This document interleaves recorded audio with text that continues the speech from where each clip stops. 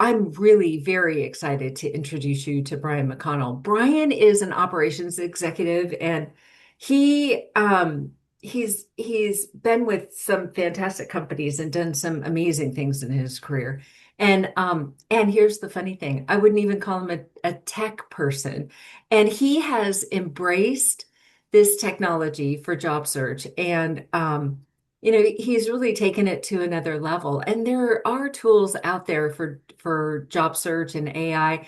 And Brian has created something that is working for him so well, and the tool knows him so well and is helping him in ways that is really impressive. And he's sharing the knowledge with so many others. And, just like Ganesh has done in the past with digital presence and LinkedIn, Brian is going to share with us today on AI and its use for his job search. And Brian and I talked yesterday, and we're going to even have an add-on session that he's going to dive in deeper in one area. But Brian, I just want to thank you from the bottom of my heart for doing this, especially on your vacation. And hopefully, well, your kids are probably not ready to go in the pool yet, but I'm sure they will be shortly. And hopefully, you're not missing breakfast with the family. But thank you so much for being here, and I'm going to No, they're turn all it over to sleeping, so you. we're good. Oh, there you go. All right. I let them sleep and I ran out of the room. So found a hole to go do this. Well, I'll get my slides up for everybody. Hopefully y'all can see those now. But thank you, everyone. I've been doing this job search for almost a year now. And like most of you, we all started in one spot trying to figure out how to do this. So a lot of us, it was new. It took me 20 years to get there. And so my goal was today is to kind of show you how I did it. I'm not selling anything. I'm not trying to push anything. I have no, I, what I built, I share with my group with, and they try it out and let me know how it works for them. They said, am I going to monetize it? It's not a plan at anything. Really, I'm doing this just because I know how hard this journey is, and I want to make it easier for anybody I can by sharing this information. So, and one thing is everything I've designed and everything you will see is utilizing AI in some form. And so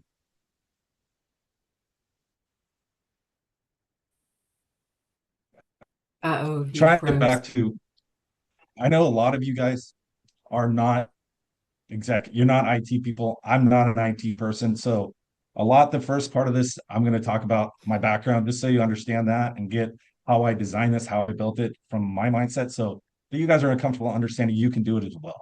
And then going into how I got to where I am and what I have today, and that you can all get there. I was a lifeguard for 17 years. I had decided one day I got to have a big boy job and not live on the beach. And so I moved into that. I was awarded the Congressional Award of Valor. But I have my background is finance, operations, and I have an MBA in finance as well. I have written in my entire life 0 lines of code. I do not understand code. I had full stack developers working for me throughout my career. I had project managers. I ran a PMO office.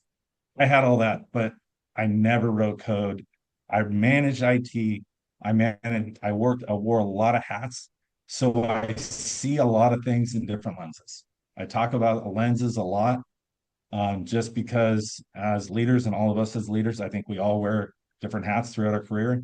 And it's just for me, I use the word lenses because it's a different lens. I'm looking through and seeing how I'm going to run a process and so forth. And so this is the same thing. When I was looking at how am I going to do this, I took my process background and put that into place and built something from there. You'll see these words in driver, builder, executor. That is my brand. I put it on everything. It is on all my documents. It is on my website, which my website was fully designed from building my AI tools. AI built my entire website, told me how to do it. I said, I don't understand what you are telling me to do here. It said, this is what you need to do. This is the link. It told me step by step. If you don't know, just ask and it will get you there. Um, I worked for one employer for 20 years. A lot of people jump job to job, maybe, and some of us have worked for one employer. My wife has worked for one employer for 26 years. I wouldn't work for one employer for 20 years. We're a one employer family. And then all of a sudden my time came and I'm now in this transition. And 20 years ago, as most of you remember, it was different applying for jobs.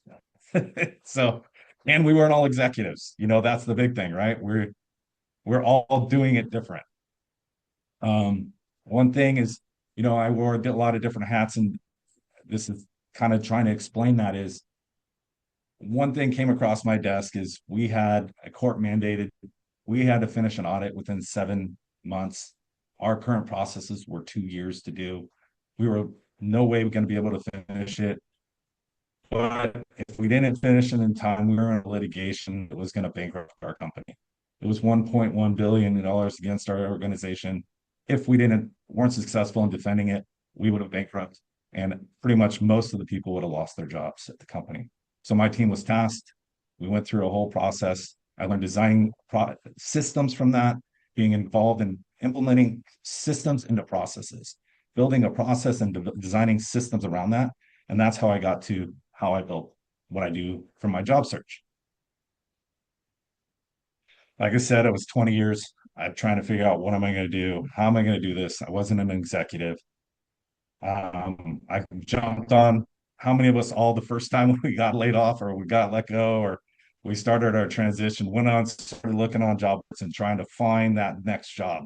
Oh, I'll just apply. I'll apply. I'll apply. And eventually, if I apply enough, someone will respond and say, let's talk. But that's not how it really works with executives. And we kind of forgot that because that's not how we did it 20 years ago. So we all spent months applying. I at least spent months applying. I know the boot camp, we all did the boot camp and we all got through that. Hey, don't apply. It's about your network. And so I did that, but I did it at the 50-50 split. I did it 50 here, 50 there. I always felt that if I applied online, gave me that warm and fuzzy feeling that I'm actually accomplishing something because that's what everybody else is telling me or asking me. How many applications are you doing? How often are you doing that? So I started looking at numbers. One thing I will tell all of you to do if you don't trust how you're doing a process I'm an analytics guy. I love research, pull research, ask your AI tools, turn on the research function. You'll get a lot more in-depth research. Don't always trust the AI model you're using to give you direct answers to the research it pulls instant because it's pulling it off the fly. It's not actual true research. I actually will get two different models, two different actual providers, two LLMs talking against each other and fighting to see how they each are coming up with their research. And so turn on those research functions and you'll find things out. So what I did is I did that. And I said, how am I going to be successful? How am I going to be able to drive change in how I'm doing everything? So what I did is first I found out that three out of four senior roles are never posted. So if you imagine that number every time you're applying, one out of it is such a small pool out there that they're out there. And most of the ones that we see are just analytics companies are running to figure out what the hire rate is, how much they should post for, what the talent pool is out there. And that's all research that's come to me through it. This is actually 259 sources of research that I've run to design just this page alone, giving me all this information and talking and fighting with each other to what's key. You look at 86%, 86% of the people never applied. They were asked to talk or interview for a job. They are all found. So that's where your LinkedIn really is starting to matter. If you're posting, think about how often your LinkedIn is going to be searched and keywords need to be there. But what are those keywords? What are the keywords for you and who you are? And so that all comes to how to get there. So for me and most of you, we all jumped into that one prompt, right? What is the one prompt that we all started with? We all had our one. Mine was, hey, AI, will you take what I'm doing, my job, take this job description and redo it so that it fits into this ATS machine and it runs properly so that it will actually have the keywords that that ATS is looking for. And we kept, or hey, will you redo my resume to work for this job or redo this and do this? And we all started with that one prompt trying to get there and not and realizing maybe that one prompt wasn't getting me there because it wasn't getting me the interviews. Because so right, we only two resumes. Mostly, if we're talking to people online, we're researching, we're interviewing here, or we're using our network, and someone wants to talk to us. We have that visual resume. I call it a visual or recruiter resume. It's the one we're emailing to recruiters. Hey, this is my background. Would you be willing to talk? Here's my resume. That's that one you're sending out that looks nice. It looks clean. It's to your brand. I'll talk a lot about that coming up is brand. We all deserve a brand and we should have a brand. And so you have to look at that. You look at my slides, it's all based on a color scheme of my brand. And so bring that into how you guys are designing and thinking about what you do. And then you have that ATS. So first, back to my visual resume. My visual resume looks my brand, has those colors, the fonts, everything kind of goes across. If you look at my website, you'll notice my resume, all those kind of come across. And then you have that ATS resume. We have that ATS resume that we have to do on those great Workday submissions that we all love so much, especially how well they fit into all those fields. Well, that visual resume, we all like those key accomplishments because you get 7 seconds. That's how long someone looks at your resume and decides if they want to move forward. That's about the average. It's actually 7.6 seconds is how long someone looks at to decide if they want to move forward with your resume. And so how do you get how do you get that to jump out? That visual, and then, hey, where's those key accomplishments? Put them at top. Your summary should be X amount. All research you can be built in. You're hoping for 4, you get 7 seconds. So that's back to that part.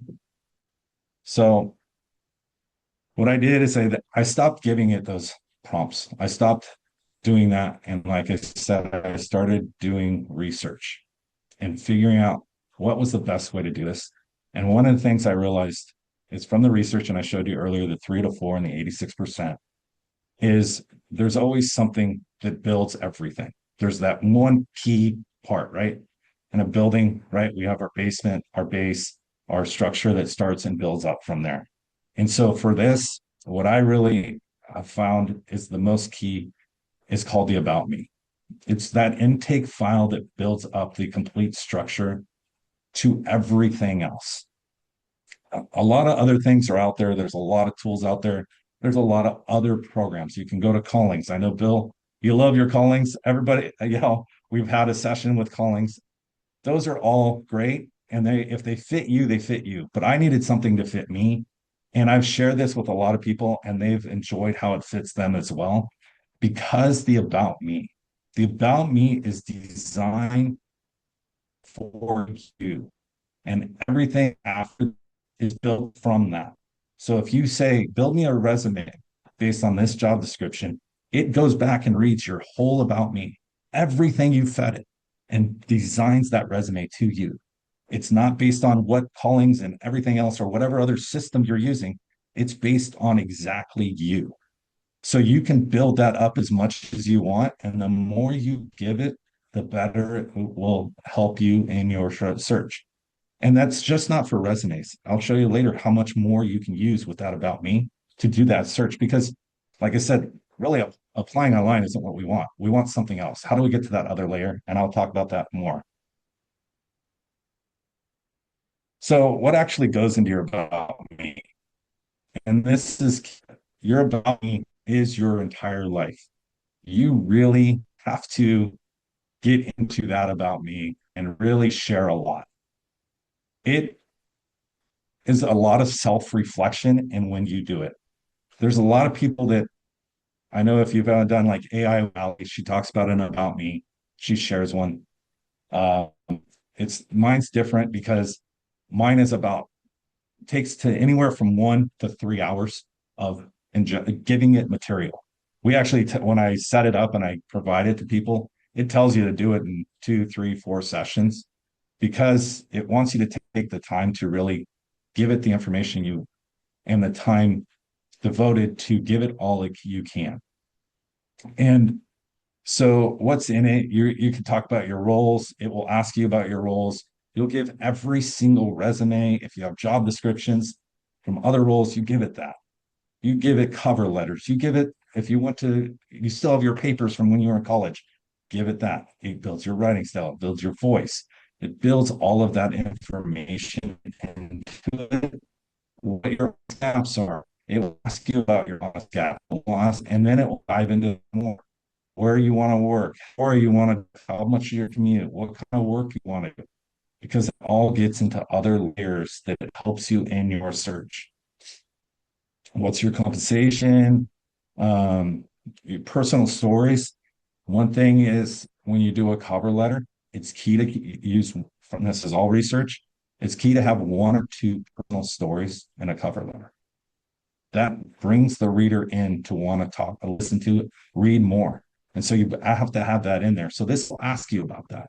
And so then when you design a cover letter, it says, here's a good personal story you should use because this person is that you're looking at, the hiring leader, they like this, or this company is about this, and this is their culture. And that personal story really drives to that. And part of that is it's picked companies based on you. It picks up your target companies. It picks up the companies that fit your culture, your style, your brand, your leadership views. So one of the first things it asks is, what kind of leader do you want to work for? It's a standard question we all think about and we get. And then you say something, I want a some collaborative, a good communicator. And that's all you give back to this tool. Well, the problem is that it's not going to like that. It will push back on you, and that's why it's designed the way I designed it. Is it wants more? It wants to understand who you truly are and what you truly want. And so it just says like here, it says everyone's a great collaborator. That's great, but think about the best boss you ever had and go through that scenario, or the worst boss you ever had. We've all had them. And I remember when I did this one, it came to that question. I remember just after it told me that, and it would go, and then and this one doesn't show it, just trying to, but it was like, how'd that make you feel when that person did that? And how did you go across?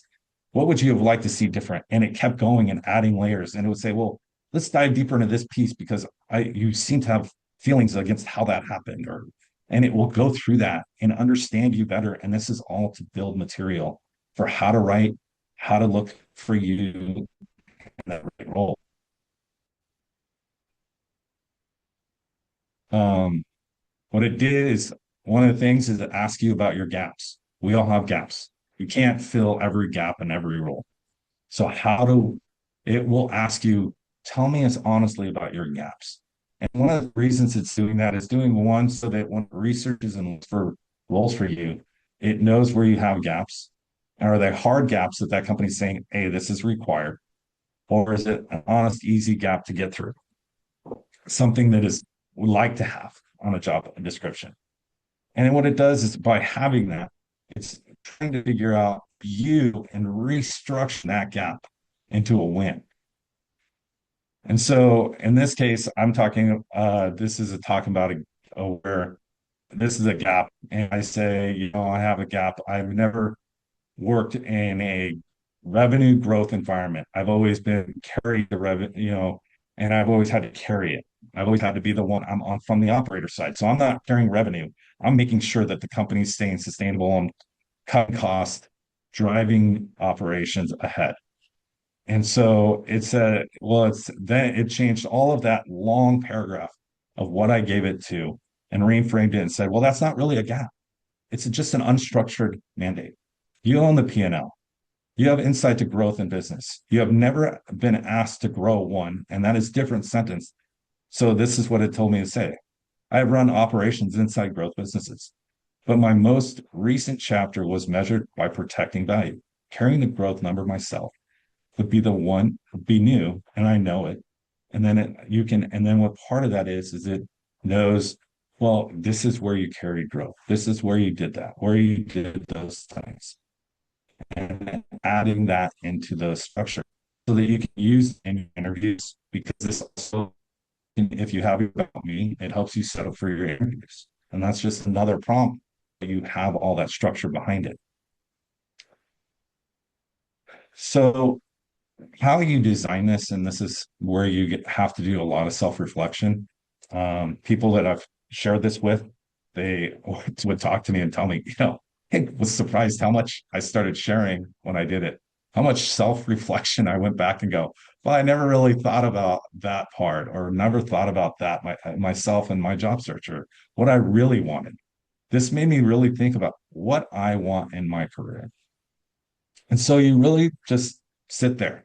You sit there and share your most deepest moments and your deepest things, what you felt, man, I wish I was better at that in my career. I wish I did this. Or, I love doing this and it made me feel so much better here. There's nobody judging you. It's a machine learning from you.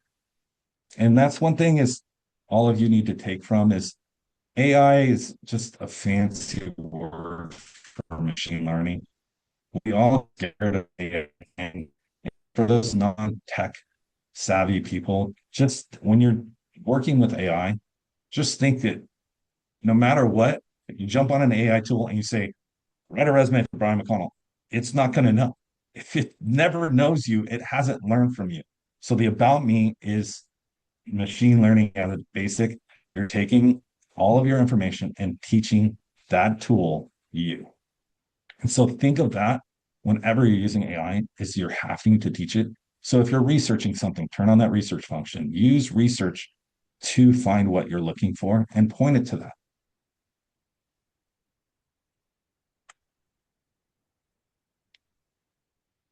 So one file and everything from that is built. And I've been talking about through this, but you do a role search.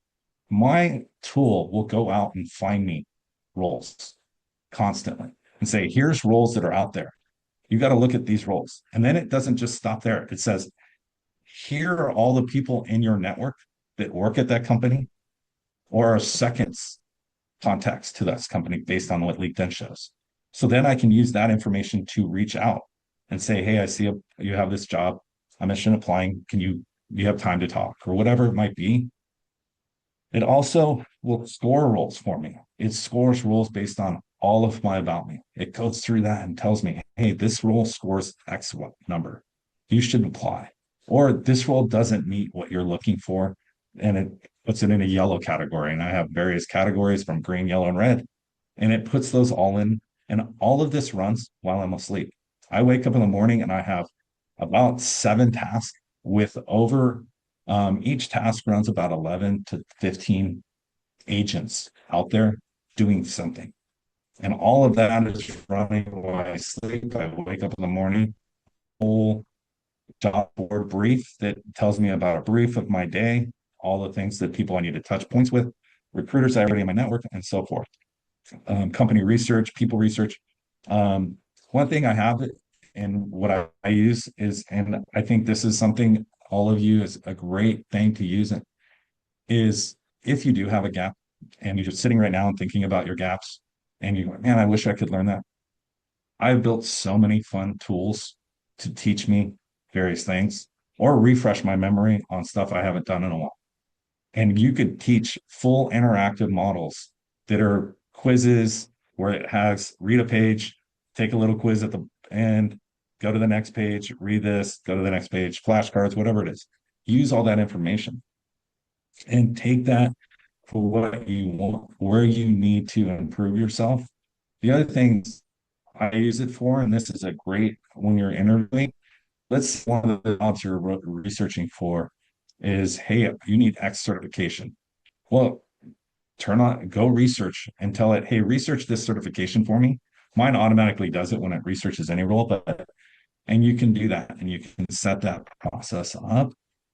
But you turn on that and research what is it? What happens if it's only 6 weeks to get that certification? And then you get in the interview and you're at the first interview and they say, hey, we see you don't have that certification. You say, well, I looked, it's $100 to take the exam and I can get it within 6 weeks.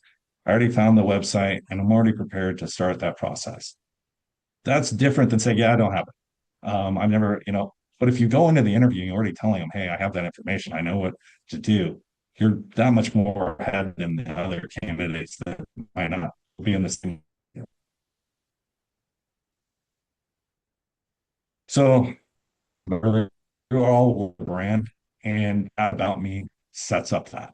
The brand is built on you. And so what it will do is build you a brand for you. It will finish up, and part of that when it does that is it says this is your brand, this is what colors based on what kind of executive you want to be, this is your fonts that you kind of seen from your personality, these are the things that will speak to you so that it carries across everything you do. And then when people start seeing your information and they go, well, I see this person, look at his website, his bio, all of that looks the same. And then also can carry over. I have a professional website, but I also have a business website. I've never stood up, but I designed it and it was all built for my About Me. I said, if I wanted to start a consulting company, could you build me a website? And it built it. And I have that and I can stand it up pretty instant within a couple, probably 10 to 15 minutes just by buying a website. So that's all there and available for you. And here's that. This is me across all my site, all my pieces. So you can see here's my this would be a cover letter. Oh, actually, this is my bio. Then you have my visual resume, is what I always talk about. Then you have my website, and then you can see my LinkedIn. And you can see across, you see that driver, builder, executor. Those are in there in some way. I put them in there, and that's part of my brand. And I show that across. And my LinkedIn is all based on me. All of that came from my About Me with an added say research.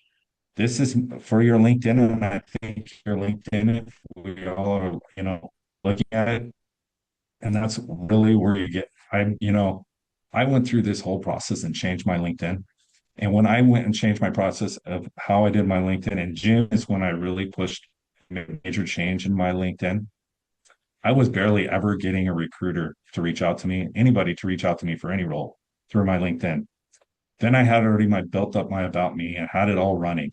And I ran a research and I said, what are recruiters, what are hiring leaders, what are individuals looking when they're doing Boolean searches in LinkedIn to try to find people for me through my background of my About Me. And it ran a ton of research that ran over 25 minutes long. And it came back and said, yours is all running wrong. These are all the keywords you need. These are what you need to change. You need to have a one page. You need to have some more posts. You have a post that's old. It looks like you're not involved. You need to remove that. You need to do all these things. And came back with a whole long list. It told me to change how my headline is. It says, hey, you have this buried in your headline. It's only reading the first 240 words, characters. And that's what it drives the most from. You need to restructure that. It changed all that. And I went from after I changed that, now I get 2 to 3 recruiters, hiring leaders reaching out to talk a week now. And about 50 to 50% of those are actually jobs that fit me. And we talk about them. And then the other 50%, I actually move on and I share them with my network. A lot of them I get are like more CIO roles, and I share those within my network and I pass them on to other people or their PMO roles. And I post those on my PMO friends and I share those across. And I try to share them with as many people as I can because I got one 2 days ago asking me for a life did I just know anybody? I had background in a role, but it wasn't a level they knew I'd be interested in. And said, do you know anybody that would do this? Do you have background in this? And so it gets me connected also to recruiters just to now have that conversation if another role, because we all help each other here. And if you help a recruiter, they're going to be remembering that person better. And that's how I look at it. I've always been helpful. So this is just another way. So changing that LinkedIn all started again from my About Me and building that up. So mine has built from that About Me. I've really from and what I talk about, and I talk about it a lot. It comes back to that 75. three out of four in the 86% is I go to by what's called the 90-10 rule. 90-10 rule is very key in how I manage my day. I used to believe in 90 the other way. I would do 10% talking to people and 90 the other way. But my whole environment is I run 10 agents that are key to this is your job all the time. We all have teams. So I built my team. And that's what I did. So I have 10 agents. One's a job person that researches roles. The other one goes out online constantly. And all they're doing is looking for people that are good contacts for me to reach out and talk to. And so all of these do different things. They research, they track, they verify. They do all, they all have different functions, and then they all work together as a team to run various tasks.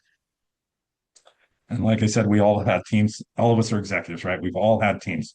Build your team. That's how I say to do this. After you build your about me and you design that and you get that all put together, build your team up for you. What is best for you? What you need, where you want to focus your time, and build those teams. You have skill and all the LMs, they have various skills you can insert, but you also have tasks. The tasks are probably the best things I would say to use after you build your about me and you decide what you're looking for is turn on tasks and have those running in the background when you don't need to be doing that work and have them run in the morning, early in the morning, because it actually hits your numbers on your LMs and it's cheaper. But run those before 5 a.m. So you wake up in the morning and you have a whole list of work you guys can do because we all treat this process like a job. So the same thing. It would be nice when you wake up in the morning just like your regular job and you get a list of your items and your meetings and all set and ready to go. And that's what my tool kind of does. And you can all get there. And that's why is so key. And like I said, I was talking earlier, is the 90-10. I started at 90, went to 10, but then I flipped it and I said, no, I'm going to do 90% people now and 10% of that job search. And really, I know the 10% is very minimal. It's really just not making any headway. More, I think I do the 10 out of anything just to look at roles, look at people out there. And every once in a while, it is a role that I really want. And then when those roles that I really want, I actually push harder. My system actually tells me the people to reach out to. So I never apply for a role just blind. I'm already applying for the role and reaching out to a number of individuals at that company to talk to them about that company and hopefully get my uh job to, my resume to the short stack. And that's the whole goal. And so what I did is I still apply for a lot of jobs. I just do it faster and more efficient because I have stuff running in the background doing that. My about me is telling me these are the jobs that fit you.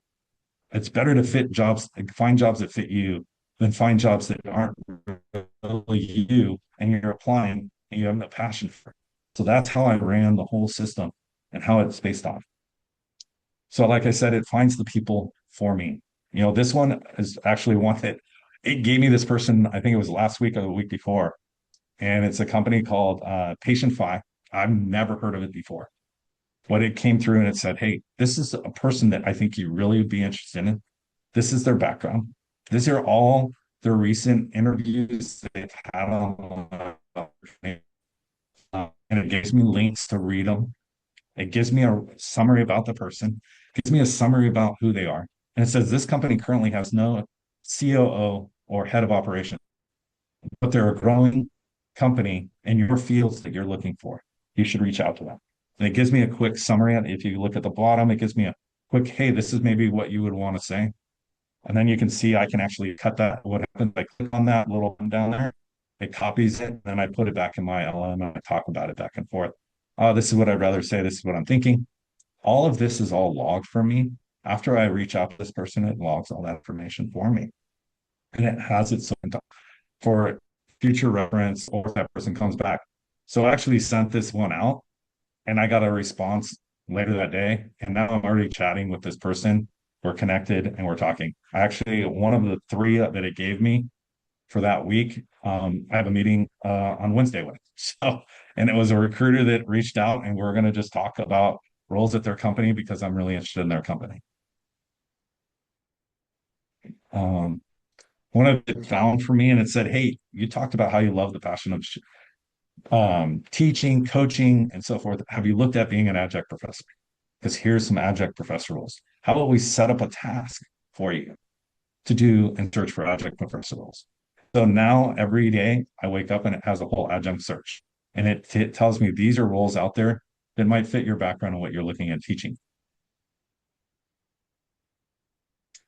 It all ended in one place. So I don't run this portion for me. I can easily do it. I have to build up another layer, but it has a complete full dashboard with all of the functions that it can do in my system. So you can see it actually, like mine has a negotiation section. If I get a job offer, I can drop that job offer and it will run a full process scenario of through that job offer, through research and so forth, and all of my about me and help me in countering that offer and work because it knows everything I want to be. It knows all of that I would like. I want 3 weeks versus 4 weeks, 5 weeks. It knows all the vacation and how to restructure that. It also knows the numbers based on that role. What are this average in the industry for those numbers? And it helps bring that number back.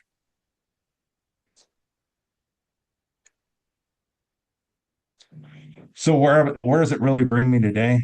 Um, I get a one or two a week, like I said, of legit people approaching me to talk about.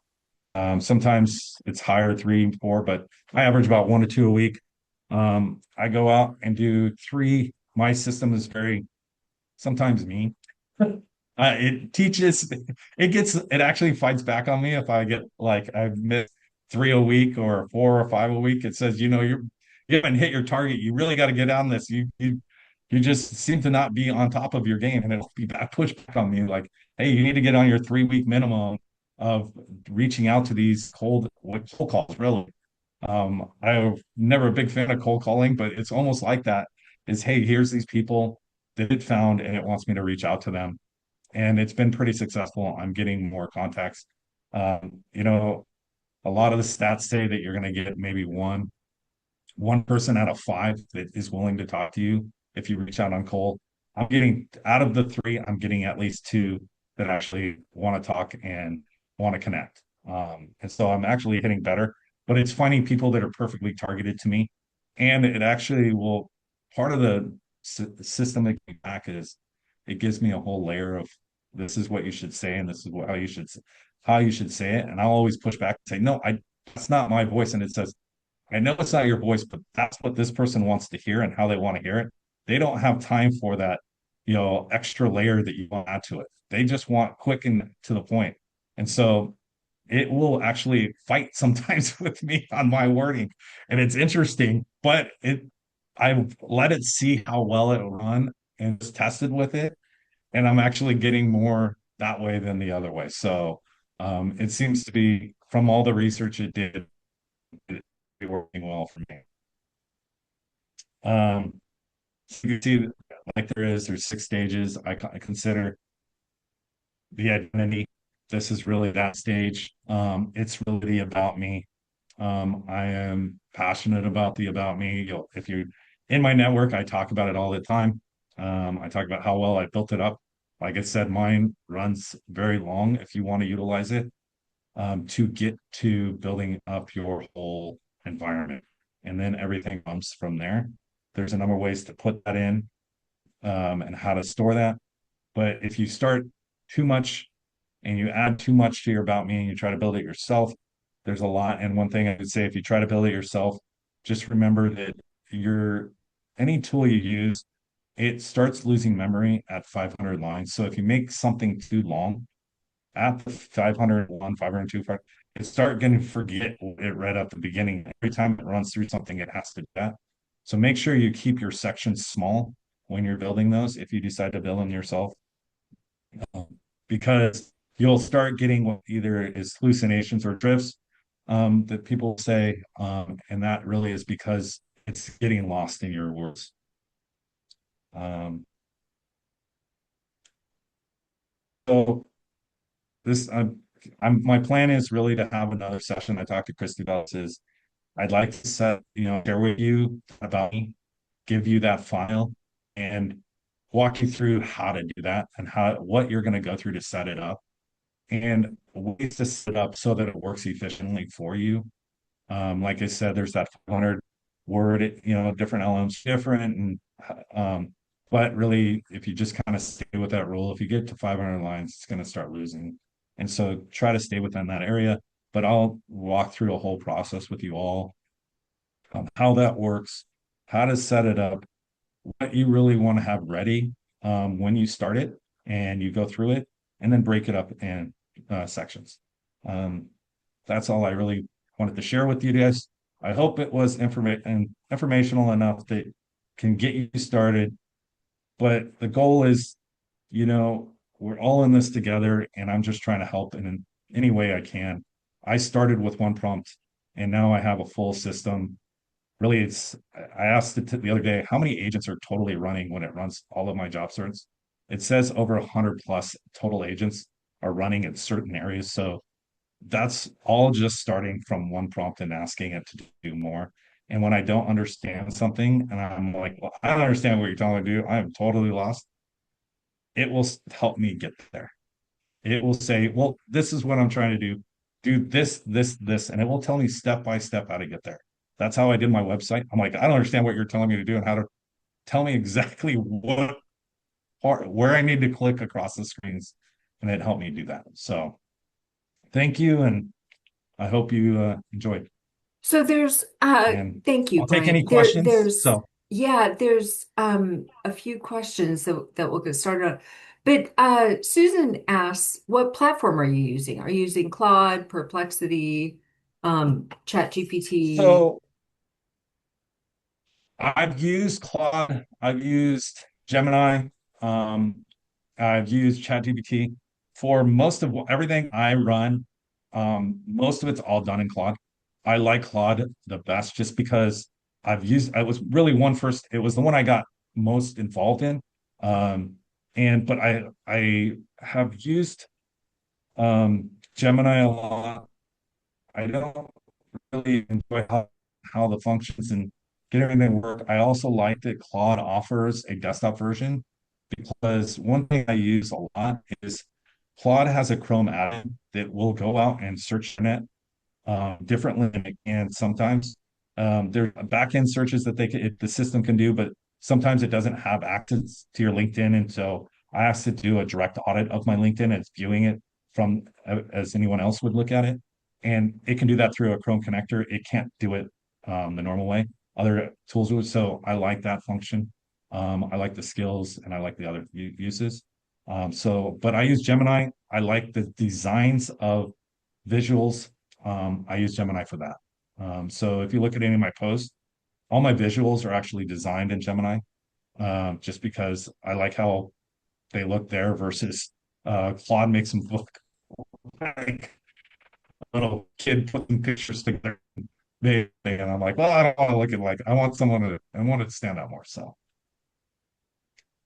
Okay, and then Mary asks, have you done benchmarks on application and screening call before and after you developed these materials? What were the performance metrics? I think you talked about it just a little bit, but you did mention that you weren't getting anyone, and then now so you're getting 3 interviews a week. yeah, I mean, yeah, so a lot of it, and it will fight me on that.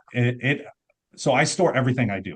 Every time someone reaches out to me in LinkedIn, emails me, whatever way someone gets to me, any interview, all of that is stored in here. And so it constantly fights me and says, don't do that.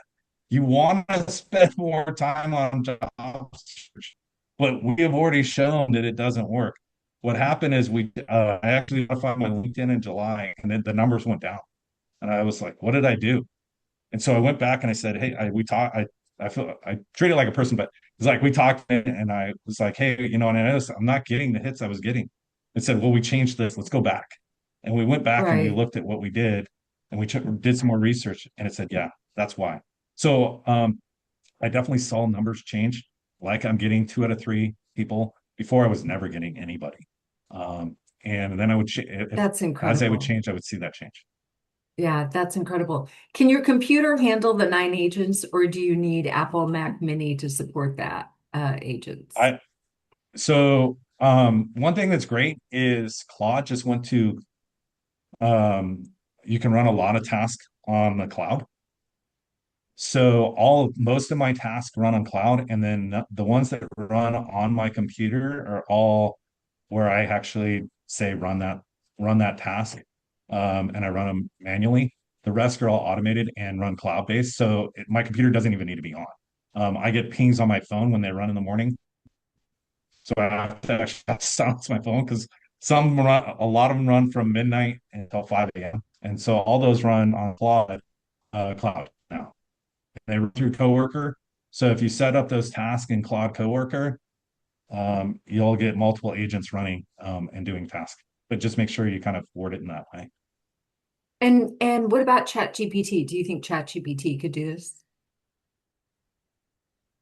Uh, I know a number of people used it. I know Michael, who's on the call, he started with ChatGPT. I don't know if he's still using it.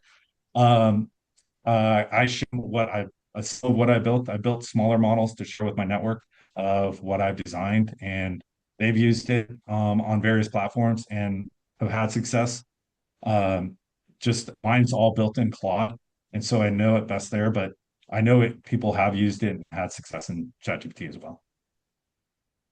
And then Deborah asked, do you have the paid version of LLM? You have the paid version of I Claude, have. I'm assuming. Um, Yeah. it's very hard. You run out very quickly on building any of this on the non-paid version. I was doing the 20 for a long time, but I'm also building a lot of stuff. This is not only the things I build. I have five other companies I've designed and built to actually market out there. And so this is just another thing I'm running. And so I have the higher one, the 100. I have friends that are running the 200 and running out. So I do run out of my every week because I'm pushing so much through it and doing so many things besides my job search. You could do it with 20. I know the people in my network that utilize what I've designed do the 20 and don't have a problem. But yeah, I do pay for it. So Udo asks, what's the cost that you're spending using Claude? So I do spend 100, but that's A month? because I doing other design besides just the normal job searching function. You could easily get away with the 20. And I was up till June, July, but then I started building a lot of things. I have a ton of stuff other than this running through it and doing things for me.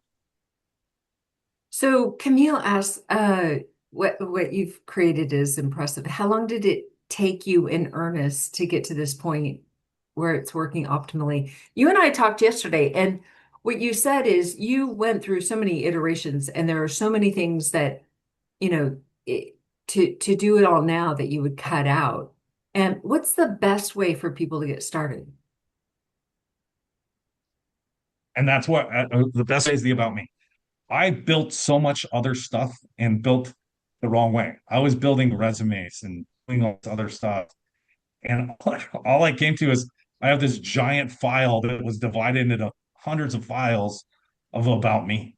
And they were all over the place in my various savings of how I save the data. I save in a system called Notion, kind of a database online. It's free to use to Hmm. anyone. But I was saving in there and it was all divided across it. And I'm like sitting here going, why do I have all this information? And it's making it so hard for my tool to understand how to research for me. And so if I started again, that's why I say it would start with the about me. And that's why I push so much on anybody is start there because that's really the base, the soul for everything you're doing. And if you have that, it just teaches it from there. So if you decide, I need to build a resume for this job, you say, research this here's the job description, build me a resume for me based on this job, turn on the research function. It will run the research for that, what it needs to build, but it already has about me.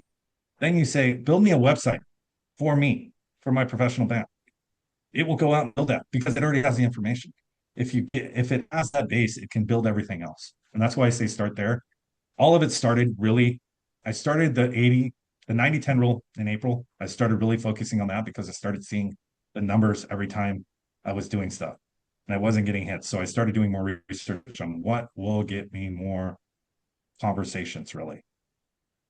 And once I adapted that, and then I started building and designing a system. And then in June, July, is when I started building the sites. The site itself that I showed you that I have, it's a complete, that has been building over the whole time. For the last, 6, 7 months, I've been building that up. As I build up new parts to it, I add it. Um, I've ran teams that design processes and systems, like I said. So I look at it from a user side, but I also understand the back end because I've overseen and managed IT. So I understand how data sources and all that works. It's different utilizing it when you're doing it this way versus a big, massive company behind it, where you actually have servers, and so forth. But how I kind of designed this is the best for me to run this, and it took me some time, but really, you can get far enough for most of anyone on the call within a month.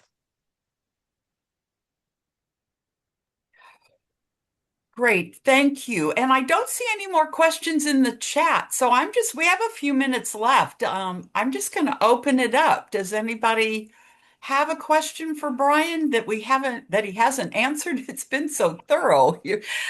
I love all the Q&A. Anybody? I have a question, which is, what are those other companies that you've built, Brian? Well, one of my companies, I ran information governance, privacy security, records management, and so one of my biggest passions since my career very first started is um, a really one source library of how you manage all the data and how that all functions. I think companies, the biggest thing when I lived and what my biggest cost was dark data. And the problem is there's so many companies that would come to me and say, hey, we can get rid of your dark data. We're going to put this AI tool on. We're going to index your whole system, which I've indexed my entire system of over 58 million documents. So I understand what that is like. Um, but it those tools are all based on the whole as a world and what it tells, hey, these are what those documents are. But every organization is unique. Our company, and I always use this as an example, is we had 9-digit loan numbers. Well, when you're a mortgage company, you also use 9-digit social security numbers. So if you say find every loan number in the system, it's going to find every social security number. And it made it very hard to use that. And so that's kind of like the example. And so I built a system that does it differently than any other system out there and how it would recognize documents, delete them, move them, and change how you store data and actually run a full risk management system through it as well to find data that you need that might be risk to the company and move it, but also how to follow guidelines because being a mortgage company, we're very heavily regulated, so we have all the regulations. So it's auditing your data constantly against regulations as well, and what you can and can't keep, and telling you when you can and can't dispose of it. Very good. Deborah says, it seems you could use your same approach for companies in building their websites and sales funnel. Are you also doing that? So I've started working with some companies on what my process is, how I do what I do. Websites, it's something I've talked about. I recently have been working with an electric company that I came across. I was talking about how would I do, and they said that they're doing takeoffs where they're getting bid reports and they have full visit plans of buildings, and they're built, trying to bid out 10 stories of a building and running electrical. Can I build a process for that? And so I built them something where it will actually grab from an email all the plans, run a full process through it, and actually give them every single item they need to purchase, how much cabling they need to buy, and everything based on the plans, and then price it and quote it so that they just pretty much send an email back out. And so something that was taking a day for a process is now taking, it takes a long time to read all those documents, but it takes about 10 minutes of running, which they don't need to be doing. They can do something else, but it will build all that. Very good. Mindy asks, how did you create the dashboard and where is it stored? So the dashboard's local on my machine. I built it through really utilizing my About Me and everything I built. So if you look at my Notion, there's thousands of pages of various tables, really. It's like tables in my dashboard in there. And every time I build a new section, I build a new piece of the dashboard, and it's all function based on more of a user side than how a tech person would design it. Being a user and designing and from the business side, I've always looked at designing everything from that end. Very good. And one last one by Ed. What was the cloud-based database storage platform that you mentioned you're using? I use Notion. Um, I enjoy Notion a lot. I know I do utilize some of Google Drive, and I do it for one reason is my documents that I created. So if I apply for a job, and I go through the build process of the resume build, the cover letter, and the ATS resume and the visual resume and all that. All of those, when we complete it, I'm good with the design and the output.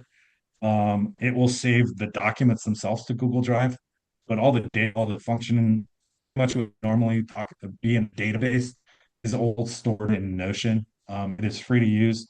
I store a lot, and I've never got it to force me to have a paid version. I keep waiting for one day it's going to tell me to because I have so much stored on it. Very good. And we are out of time. I'm so sorry, Brian. I think we could all go on and listen to you expound on all of this. This has just been fabulous. We know you're coming back. We don't have a date yet, but we know you want to come back and talk about, and everyone wants you to come back and talk about this one more time or several more times with us. So thank you so much. We truly appreciate you joining us today. Many of you have asked, when will this be up? I don't know exactly when it will be up, but yes, you will get all of this information. It'll be on our YouTube. I think our team has responded to you in the chat. So do check in, and we'll send an email out also, if I'm not mistaken. Anyway, I believe we're dark next week, but in 2 weeks, we have a tax planning session by Continuum, our wonderful partner. So we look forward to seeing you then. Again, Brian, thank you so much for joining us today and giving us Yes. all this information. And to all of you for joining us, thank you. Great to see you. We look forward to seeing you in a couple of weeks. Have a great weekend. Bye-bye. Yeah. Thank you, everyone. Feel free to reach out if you have questions. Have a great day. Bye-bye.